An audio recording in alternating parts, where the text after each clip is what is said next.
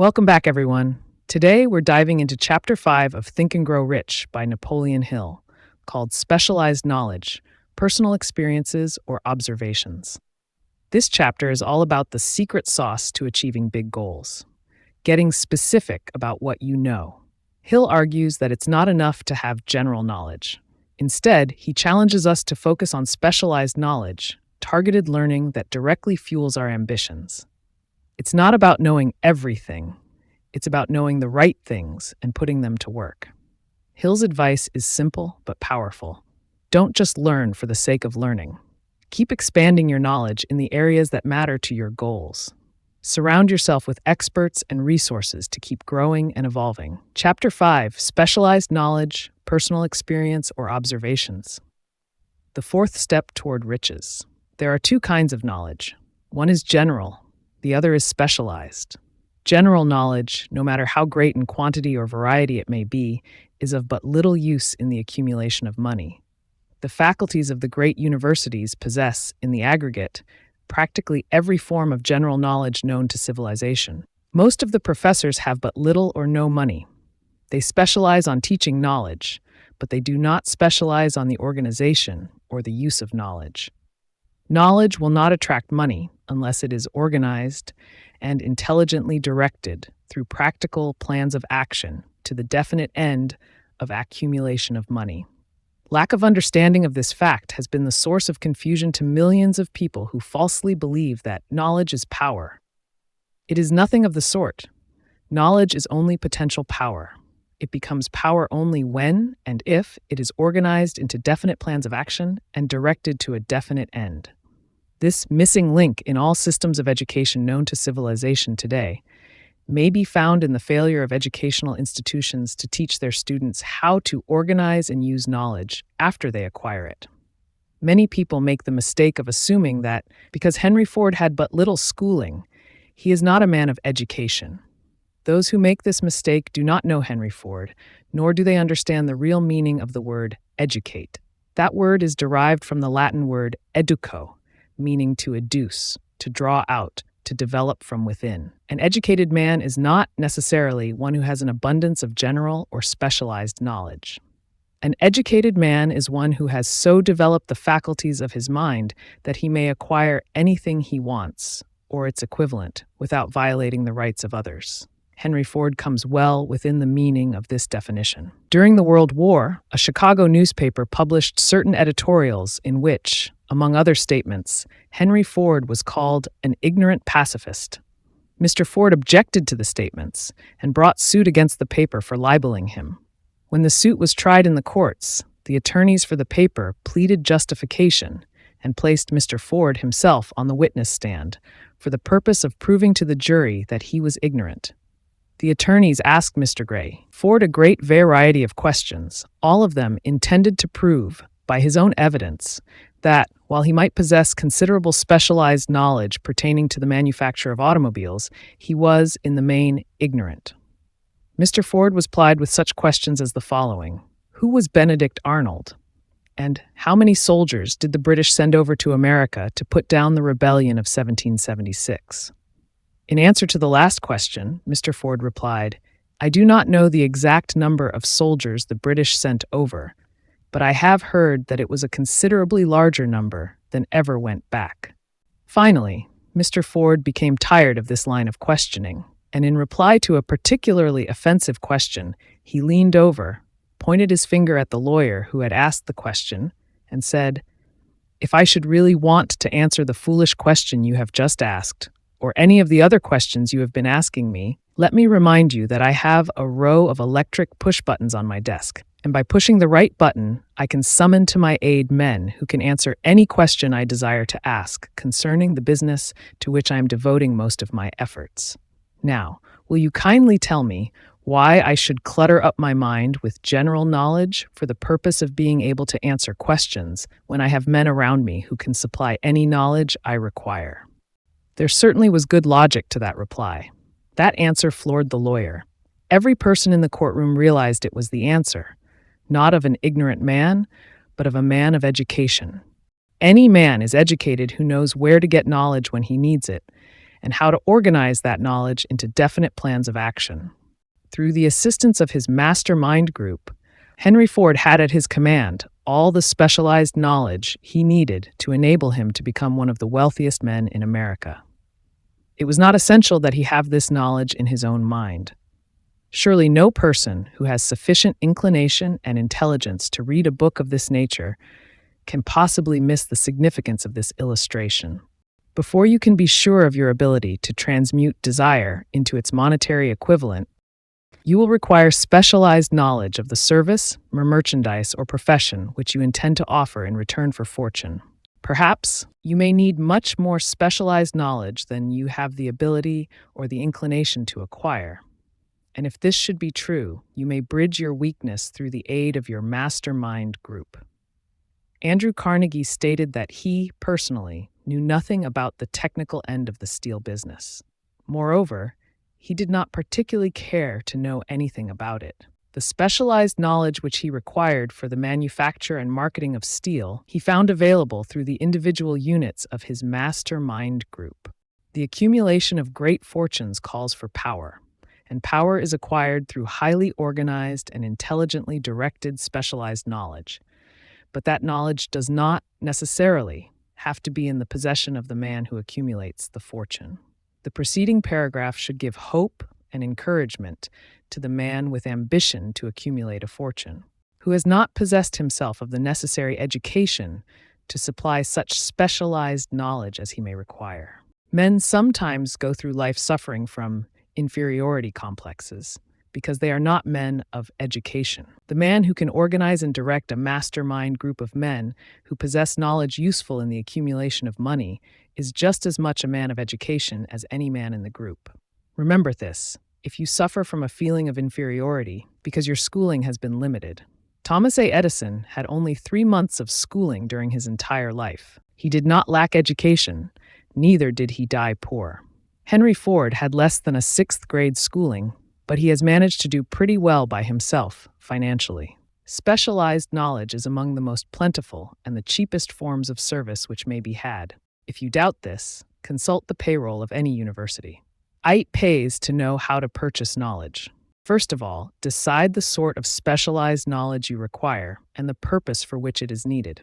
To a large extent, your major purpose in life, the goal toward which you are working, will help determine what knowledge you need.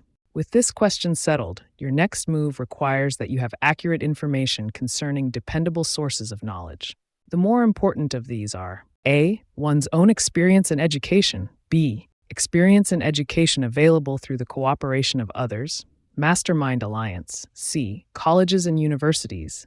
D. Public libraries, through books and periodicals in which may be found all the knowledge organized by civilization. E. Special training courses, through night schools and home study schools in particular. As knowledge is acquired, it must be organized and put into use for a definite purpose through practical plans. Knowledge has no value except that which can be gained from its application toward some worthy end. This is one reason why college degrees are not valued more highly. They represent nothing but miscellaneous knowledge. If you contemplate taking additional schooling, first determine the purpose for which you want the knowledge you are seeking, then learn where this particular sort of knowledge can be obtained from reliable sources. Successful men in all callings never stop acquiring specialized knowledge regarding to their major purpose, business, or profession.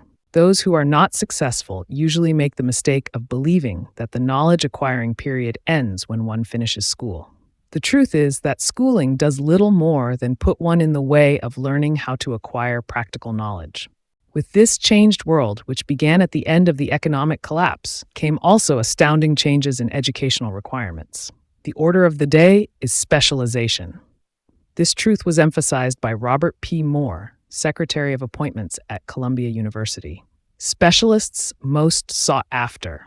Particularly sought after by employing companies are candidates who have specialized in some field, business school graduates with training in accounting and statistics, engineers of all varieties, journalists, architects, chemists, and also outstanding leaders and active men of the senior class. The man who has been active on the campus, whose personality is such that he gets along with all kinds of people, and has done an adequate job with his studies, have a most decided edge over the strictly academic student.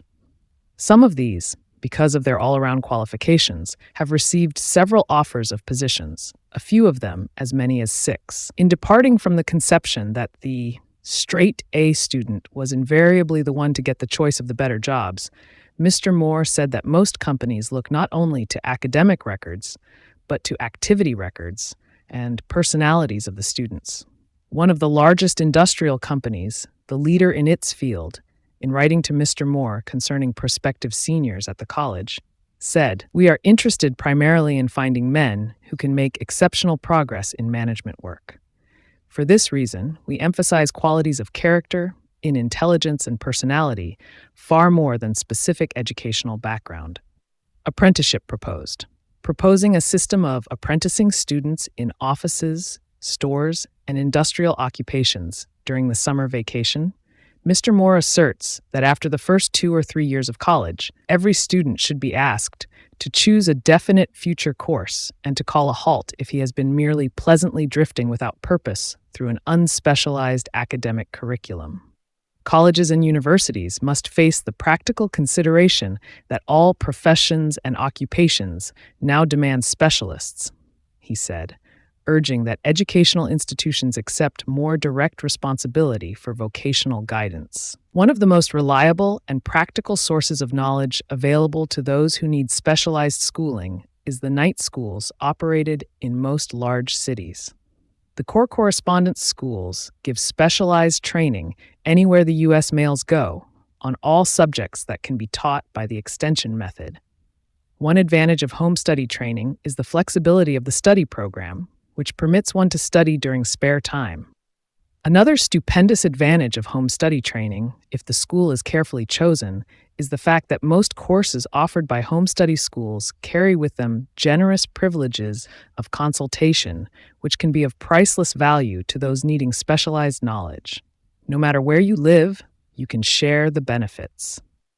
Anything acquired without effort and without cost is generally unappreciated and often discredited. Perhaps this is why we get so little from our marvelous opportunity, unity in public schools. The self-discipline one receives from a definite program of specialized study makes up to some extent for the wasted opportunity when knowledge was available without cost. Correspondence schools are highly organized business institutions. Their tuition fees are so low that they are forced to insist upon prompt payments. Being asked to pay, whether the student makes good grades or poor, has the effect of causing one to follow through with the course when he would otherwise drop it. The correspondence schools have not stressed this point sufficiently, for the truth is that their collection departments constitute the very finest sort of training on decision, promptness, action, and the habit of finishing that which one begins. I learned this from experience more than 25 years ago. I enrolled for a home study course in advertising. After completing 8 or 10 lessons, I stopped studying, but the school did not stop sending me bills. Moreover, it insisted upon payment, whether I kept up my studies or not. I decided that if I had to pay for the course, which I had legally obligated myself to do, I should complete the lessons and get my money's worth. I felt, at the time, that the collection system of the school was somewhat too well organized, but I learned later in life that it was a valuable part of my training for which no charge had been made. Being forced to pay, I went ahead and completed the course. Later in life, I discovered that the efficient collection system of that school had been worth much in the form of money earned because of the training in advertising I had so reluctantly taken. We have in this country what is said to be the greatest public school system in the world. We have invested fabulous sums for fine buildings. We have provided convenient transportation for children living in the rural districts, so they may attend the best schools. But there is one astounding weakness to this marvelous system. IT is free. One of the strange things about human beings is that they value only that which has a price. The free schools of America and the free public libraries do not impress people because they are free. This is the major reason why so many people find it necessary to acquire additional training after they quit school and go to work. It is also one of the major reasons why employers give greater consideration to employees who take home study courses. They have learned, from experience, that any person who has the ambition to give up a part of his spare time to study at home has in him those qualities that make for leadership. This recognition is not a charitable gesture, it is sound business judgment on the part of the employers. There is one weakness in people for which there is no remedy. It is the universal weakness of lack of ambition. Persons, especially salaried people, who schedule their spare time to provide for home study seldom remain at the bottom very long. Their action opens the way for the upward climb, removes many obstacles from their path, and gains the friendly interest of those who have the power to put them in the way of opportunity. The home study method of training is especially suited to the needs of employed people who find, after leaving school, that they must acquire additional specialized knowledge, but cannot spare the time to go back to school. The changed economic conditions prevailing since the Depression have made it necessary for thousands of people to find additional or new sources of income. For the majority of these, the solution to their problem may be found only by acquiring specialized knowledge. Many will be forced to change their occupations entirely. When a merchant finds that a certain line of merchandise is not selling, he usually supplants it with another that is in demand. The person whose business is that of marketing personal services must also be an efficient merchant. If his services do not bring adequate returns in one occupation, he must change to another, where broader opportunities are available. Stuart Austin Weir prepared himself as a construction engineer and followed this line of work until the Depression limited his market to where it did not give him the income he required. He took inventory of himself, decided to change his profession to law, went back to school, and took special courses by which he prepared himself as a corporation lawyer. Despite the fact the Depression had not ended, he completed his training, passed the bar examination, and quickly built a lucrative law practice in Dallas, Texas. In fact, he is turning away clients.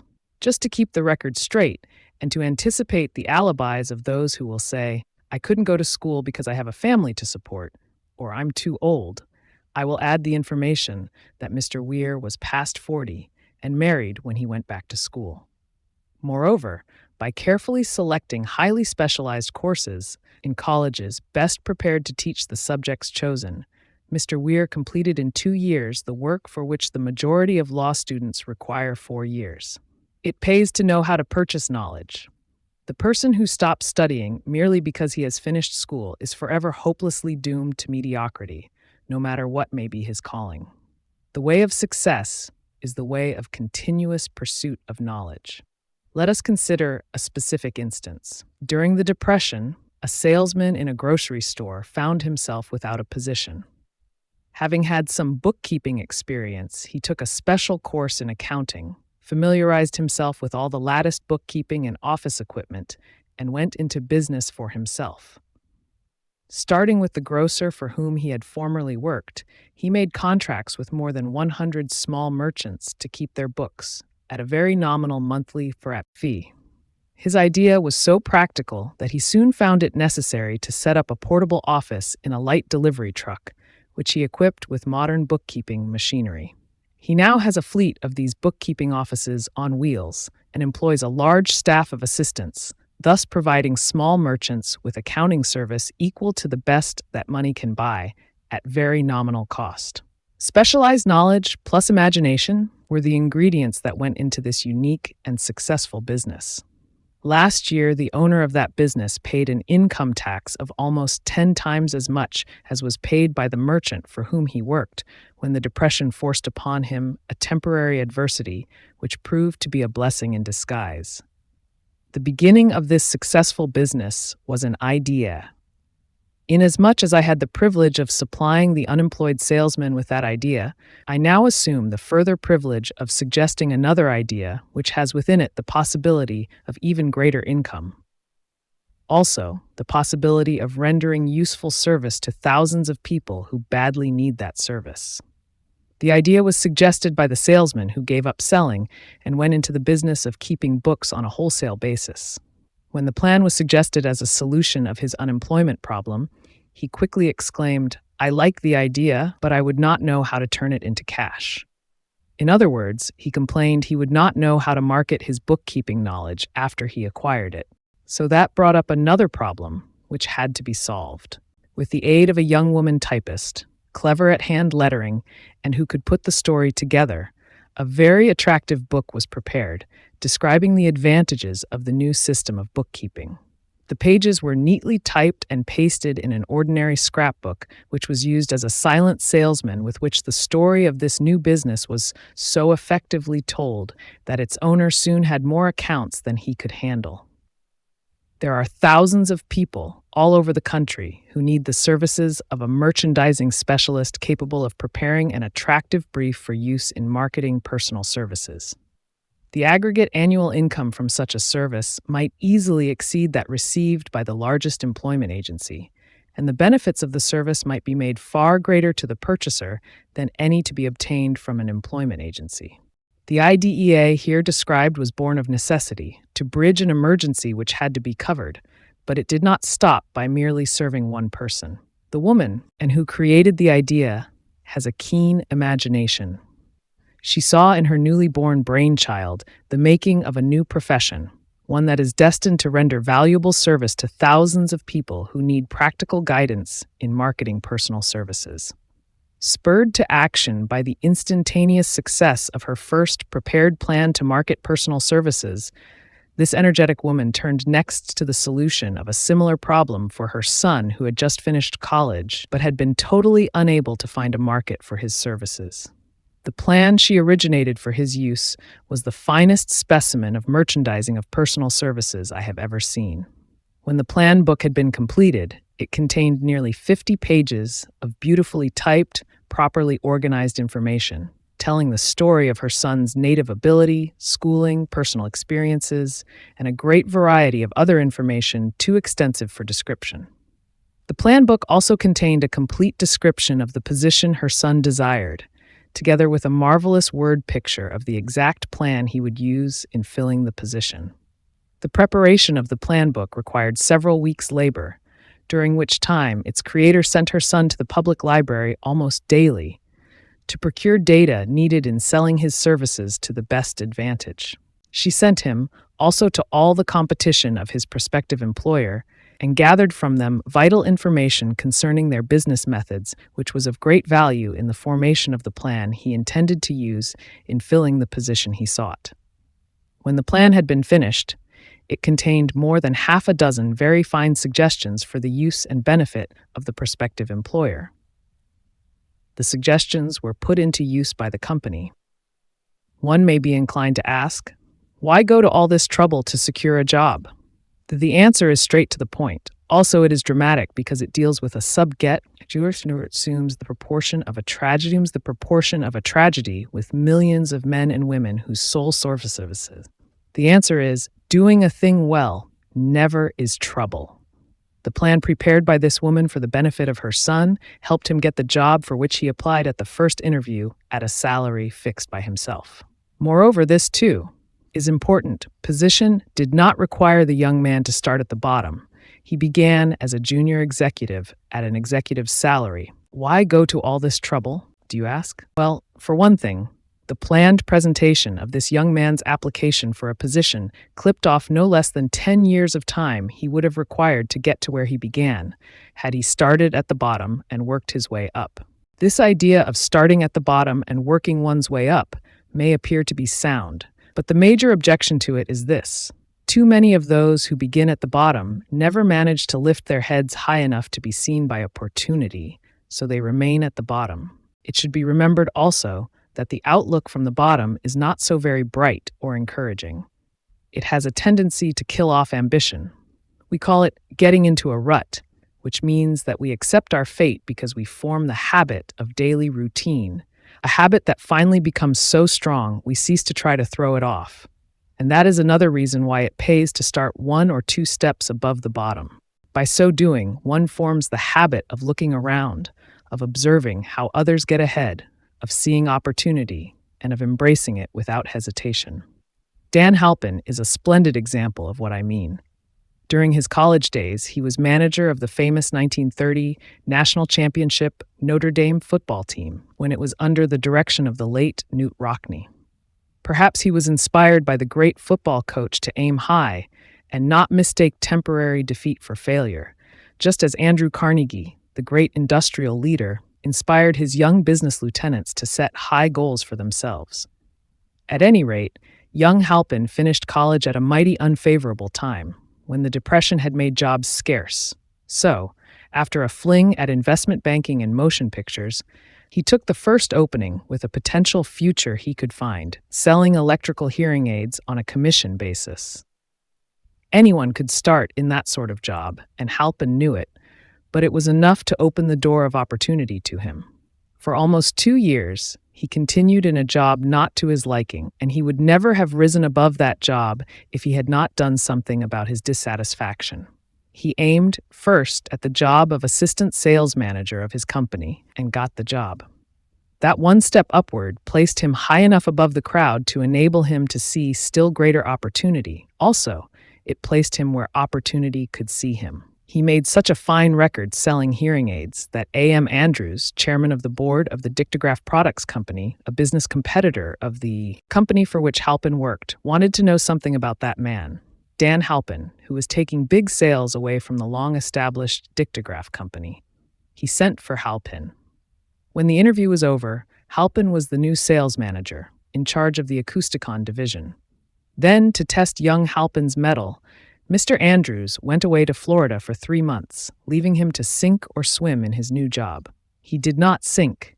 Knute Rockne's spirit of all the world loves a winner and has no time for a loser inspired him to put so much into his job that he was recently elected vice president of the company and general manager of the Acousticon and silent radio division, a job which most men would be proud to earn through 10 years of loyal effort. Halpin turned the trick in little more than 6 months. It is difficult to say whether Mr. Andrews or Mr. Halpin is more deserving of eulogy for the reason that both showed evidence of having an abundance of that very rare quality known as imagination. Mr. Andrews deserves credit for seeing in young Halpin a go-getter of the highest order. Halpin deserves credit for refusing to compromise with life by accepting and keeping a job he did not want. And that is one of the major points I'm trying to emphasize through this entire philosophy, that we rise to high positions or remain at the bottom because of conditions we can control if we desire to control them. I am also trying to emphasize another point, namely, that both success and failure are largely the results of habit.